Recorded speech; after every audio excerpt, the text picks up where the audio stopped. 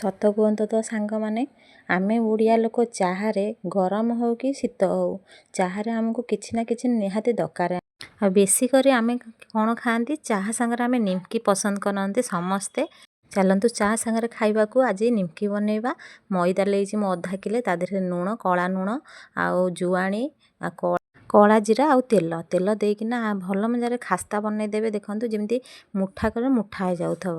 ହେଇଗଲା ଆମର। ତାପରେ ଅଳ୍ପ ଅଳ୍ପ ପାଣି ଦେଇକିନା, ବେଶୀ ପାଣିଆ ନୁହଁ କି ବେଶୀ ମାନେ ଟାଣ ନୁହଁ, ଡୋ ବନେଇଦେବା।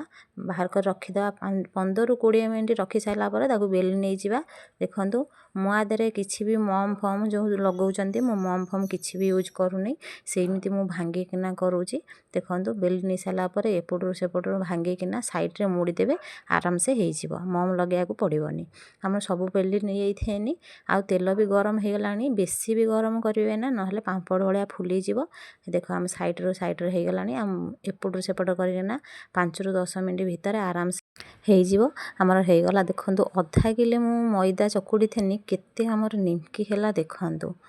ଆରାମସେ ଆପଣମାନେ 8-15 ଦିନ ଆରାମସେ ତ ଚା ସାଙ୍ଗରେ ଖାଇପାରିବେ। ଆପଣମାନେ ଚା ସାଙ୍ଗରେ ନିମକି ଖାଆନ୍ତି କି ନାହିଁ ନିହାତି କମେଣ୍ଟରେ ବତେଇବେ।